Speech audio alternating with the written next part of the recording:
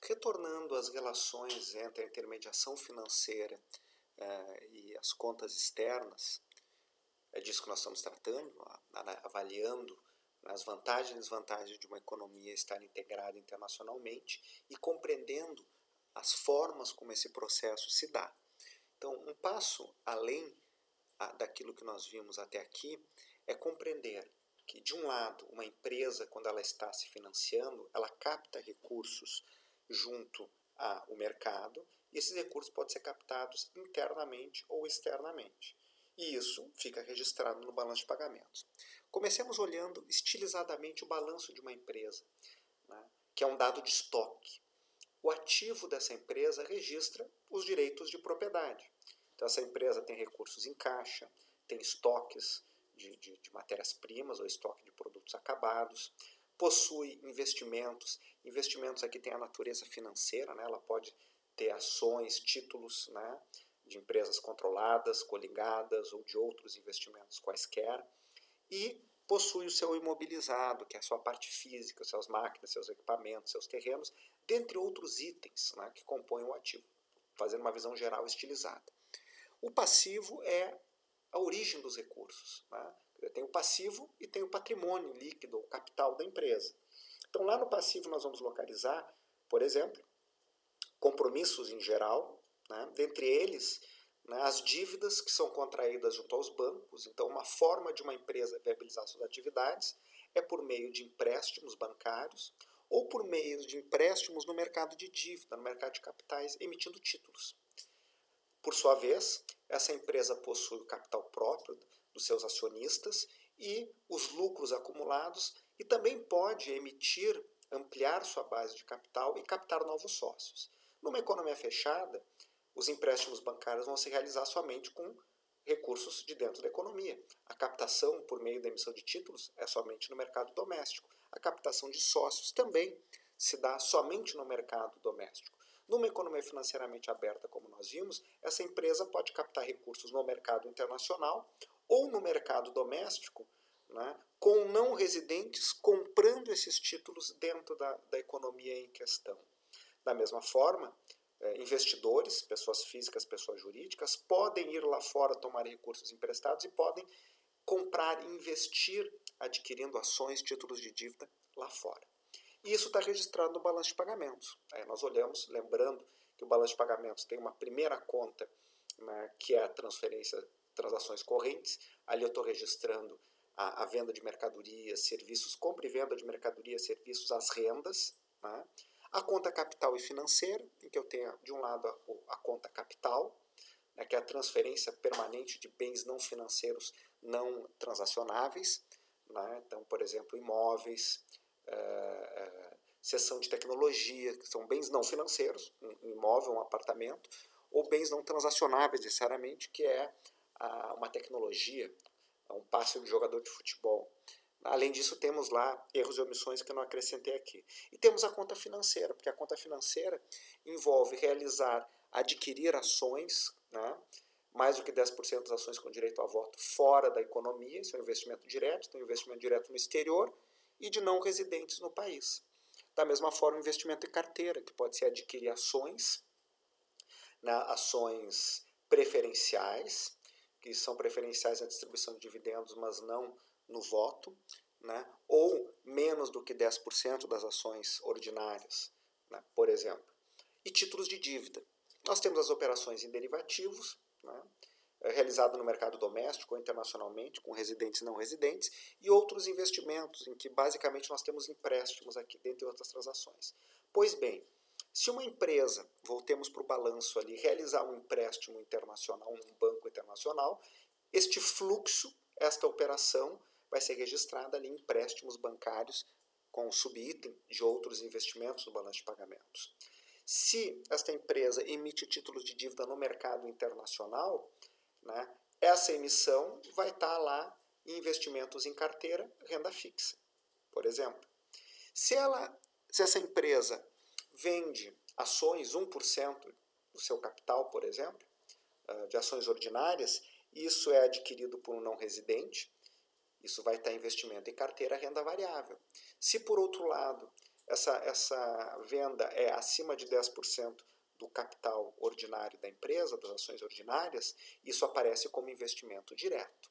Então, para cada transação, né, que essa empresa numa economia aberta vai estar fazendo, eu vou ter um registro específico lá no meu balanço de pagamentos. Os fluxos de constituição de ativos, de aquisição, né, de ativos no exterior, de constituição de passivos de residentes com respeito a não residentes no país, se transformam ao longo do tempo em estoques. E esses estoques, como nós vimos, está registrado na posição internacional de investimento. Nós vimos também, não vamos relembrar aqui, que um país que é sistematicamente deficitário em conta corrente precisa se financiar atraindo mais capital ou vendendo ativos de reserva, né, do que o contrário. E isso implica que ele piora a sua posição internacional de investimentos porque ele vai estar piorando seus passivos frente aos seus ativos. Por outro lado, um país que é sistematicamente superavitário nas suas transações correntes acaba acumulando mais ativos do que passivos. Vamos olhar alguns números sobre isso. A publicação anual do FMI, o Financial Sector Report, nos mostra os dados em conta corrente por economia, e aqui tem as principais economias do mundo. Acima do zero estão as economias superavitárias, basicamente Japão, nós vamos observar a China, a Alemanha e a Holanda, nós vamos observar também os países exportadores de petróleo, são os grandes países superavitários em conta corrente. E embaixo os grandes países deficitários. Os Estados Unidos é um grande país deficitário dentre outras economias, mas o maior é a economia dos Estados Unidos. Pois bem, países que são estruturalmente superavitários acabam tendo posições internacionais de investimento melhores e países deficitários, posições internacionais de investimento piores. Superávit é um fluxo, né? E uma posição favorável na posição internacional de investimentos é um estoque, assim como o déficit é um fluxo, uma posição ruim na posição internacional de investimentos é um dado de estoque. Lembrando que esse número aqui está em percentual do PIB mundial. É o déficit daquele país, ou o superávit daquele país, como proporção não do seu PIB, mas do PIB mundial. O importante aqui é ver que há países superavitários e países deficitários. Vocês poderão olhar com calma em casa, né, quais são as maiores economias superavitárias, né, do mundo. Isso é 2018, o último ano que o FMI apresentou os dados consolidados. Alemanha, Japão e Rússia, os três maiores, né, tem o valor do superávit em conta corrente em bilhões de dólares, o percentual do PIB global e o percentual de cada economia. Algumas economias, por exemplo, a Holanda, em 2018 teve um superávit equivalente a 10, quase 11% do seu PIB. A Alemanha a 7% do seu PIB. E embaixo estão os 15 países com maior volume de déficit. Vejam que a economia dos Estados Unidos tem o maior déficit, que até caiu bastante em anos recentes. O déficit em conta corrente já foi da casa de $1 trilhão por ano, né? Ultrapassou 6% do seu PIB e agora está na faixa de 500 bilhões de dólares, pouco mais de 2% do seu PIB. Mas como percentual do PIB mundial é o maior deficitário. Estados Unidos, Reino Unido, Índia, Canadá, Indonésia, o Brasil aparece nessa lista lá embaixo como a 13ª economia em 2018 com maior déficit.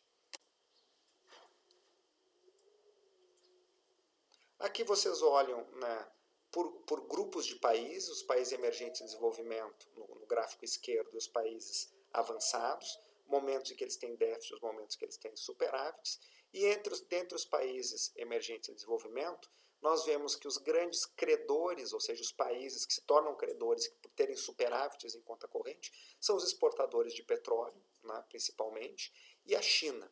Né, são dentre os emergentes os grandes países credores. Os demais países, em geral, são devedores. Como grupo, né, há individualmente situações distintas.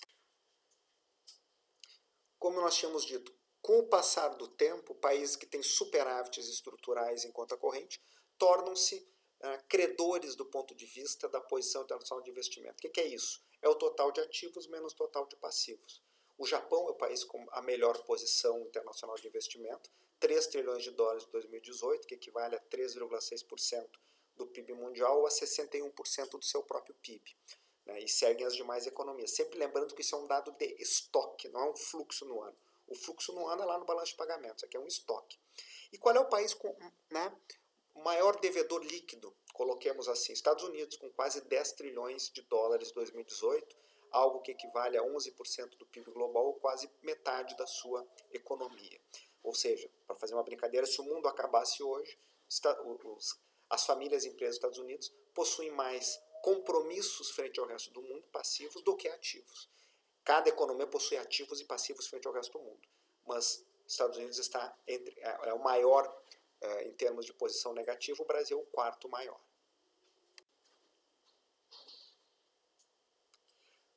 Um outro indicador importante são os ativos de reserva, né? Parte dos ativos são de propriedade dos governos e essa reserva funciona como um seguro contra choques.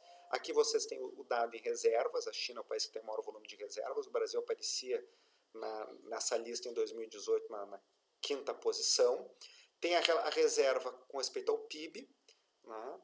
E as variações estimadas de reserva em cada ano. E também uma conta que o FMI faz é o quanto de reservas o país precisa ter para enfrentar choques externos, que é aquele ARA, né, o volume de reservas adequadas para enfrentar problemas de liquidez e choques internacionais, e aí o FMI compara com as reservas que o país efetivamente tem. Para vocês terem uma ideia, então, a China teria 43% a mais do que ela precisa, né, para enfrentar choques externos, então está numa posição confortável, o Brasil também. E há países que estão numa posição inferior, suas reservas estão abaixo do mínimo, né, na estimativa do FMI, como Turquia, Argentina e a África do Sul. Por fim, os dados anteriores são do FMI, esse dado aqui é da OCDE, do seu último análise da conjuntura global, World Economic Interim de junho de 2020, mostrando, né, o tamanho da dívida em geral, isso não é dívida externa, né, mas a dívida do NFC, Non-Financial Companies, são as corporations, são as empresas não financeiras. Azulzinho as famílias e verde o governo. Então a China é o país que tem o maior estoque de dívida como proporção do PIB. Não a China propriamente dita, mas só as empresas, famílias e governos. E assim sucessivamente, como proporção do PIB sempre, né? O Brasil em terceiro lugar. A coluna B mostra, do total do endividamento dessa economia, o que é dívida em moeda estrangeira.